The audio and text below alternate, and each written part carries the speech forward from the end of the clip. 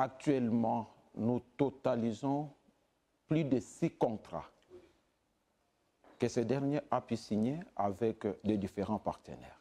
Mais au niveau du gouvernement national, de l'État congolais reconnaît que des contrats signés par ce dernier avec des partenaires. Là, il s'agit du contrat signé avec Torian Manganese, une firme indienne. Le deuxième contrat, c'est le contrat signé avec une société chinoise pour l'exploitation de l'or au niveau des sites d'Impokoto. Là, il s'agit de Blue Sky Mining. Et le reste des contrats n'est pas connu légalement par l'État congolais. C'est de là que nous parlons des contrats mafieux. Et dans les 2 contrats même reconnus, les contrats signés avec Torian Manganese, c'est les contrats que nous, la société civile, nous qualifions cela comme étant un contrat mafieux du siècle.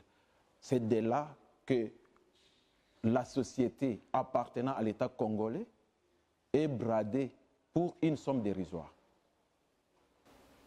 Qu'est-ce qu'ils ont fait du mal? Qu'est-ce qu'ils ont fait exactement? Merci beaucoup pour cette question. À leur prise de fonction, c'est que nous, d'abord nous, la société civile, qui avait mené ces combats-là, ce que nous, on attendait d'eux, c'était la relance totale de la société. Oui. C'était l'exploitation des manganèses pour qu'il y ait des emplois pour notre jeunesse. Ce qu'on attendait d'eux, c'était qu'ils puissent régulariser la situation criante des retraités, qu'ils puissent épirer plus de 230 mois impayés qu'ils ont trouvés des travailleurs. On attendait tout cela d'eux. Pratiquement aux retraités des forfaits minimes qui ne représentent même pas les tiers de leur rémunération mensuelle, à titre d'acompte, à déduire sur le décompte au moment du paiement, ce qui n'est pas réglementaire. Il bafoue les dispositions de l'article 152, paragraphe 2 du Code du travail qui stipule que l'employeur est tenu de payer aux travailleurs une indemnité égale à la rémunération jusqu'au moment de son départ définitif. Il obstrue l'octroi des brevets CNSS aux retraités pour bénéficier de leur rente sociale conformément à l'exigence des dispositions de l'article 38 du décret-loi du 29 juin 1961. De ce qui précède, il y a lieu de retenir que les retraités partis de la société, démunis avec derrière eux plus ou moins 200 mois d'impayement de salaire, se prennent miraculeusement eux-mêmes en charge par les moyens de bord.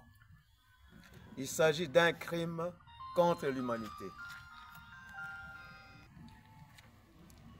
Ce ne sont pas les moyens qui manquent, mais il y a plutôt la mauvaise foi des dirigeants. Il est à noter qu'à ce jour, la société a déjà signé 4 contrats de partenariat présumés de mafieux et léonais. 1. Torian Manganese, un groupe des Indiens. Blue Sky, TSM de M. Tsangama. 2 groupes de Chinois, dont le groupement Mouteba et un autre village de Sandoa. Les 3 derniers partenaires exploitent de l'or en grande quantité.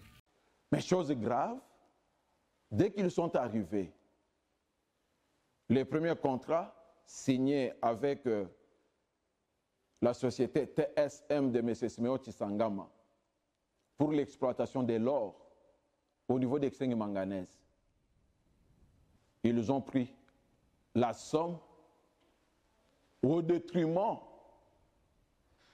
même des paiements des travailleurs. Ils ont détourné ça. Et ce que je vous dis, j'ai des preuves. Et il y a même des gens à contacter pour cela.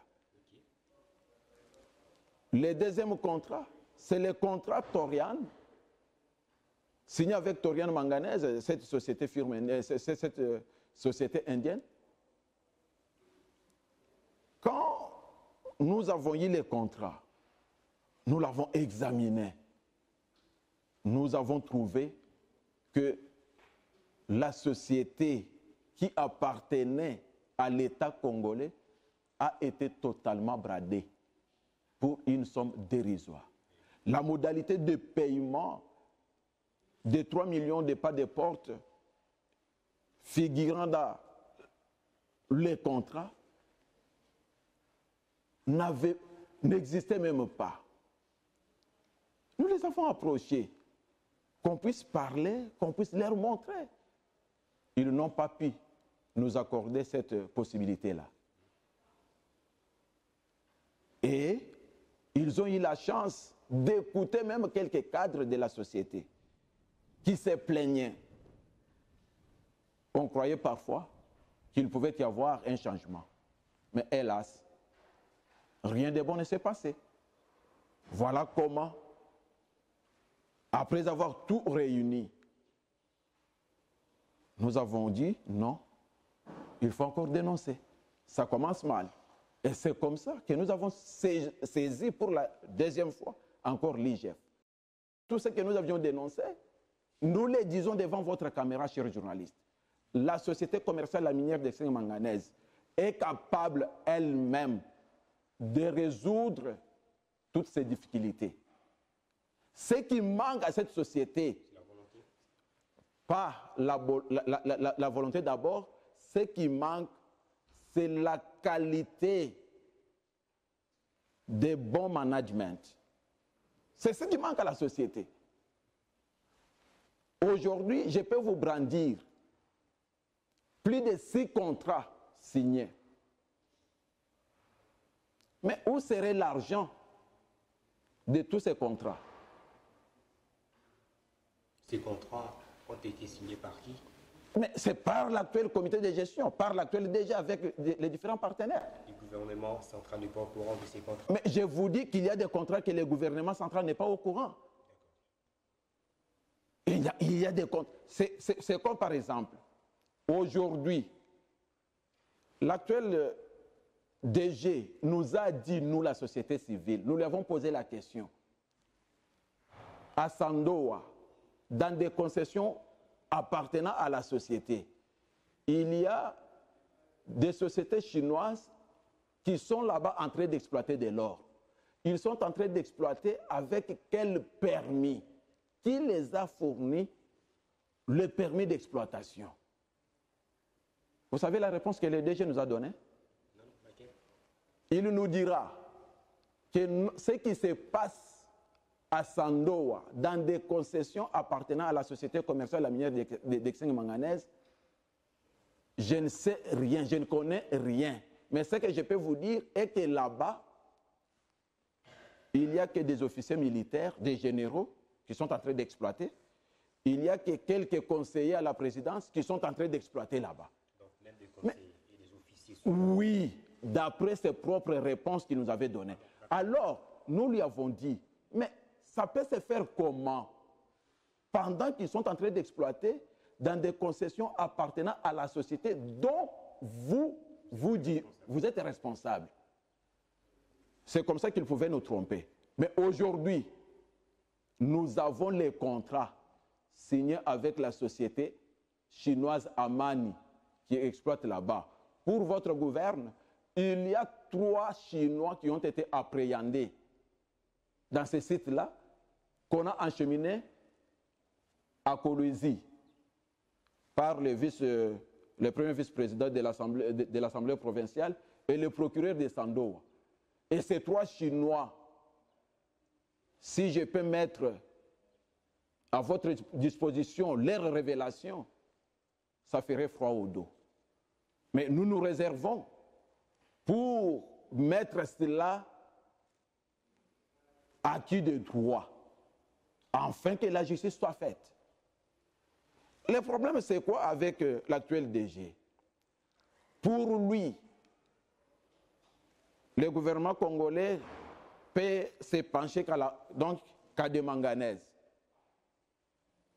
Comme la société s'appelle comme la société commerciale d'Exeng Manganèse, non, que l'État congolais se limite seulement à la vente de manganèse ou à la production de manganèse.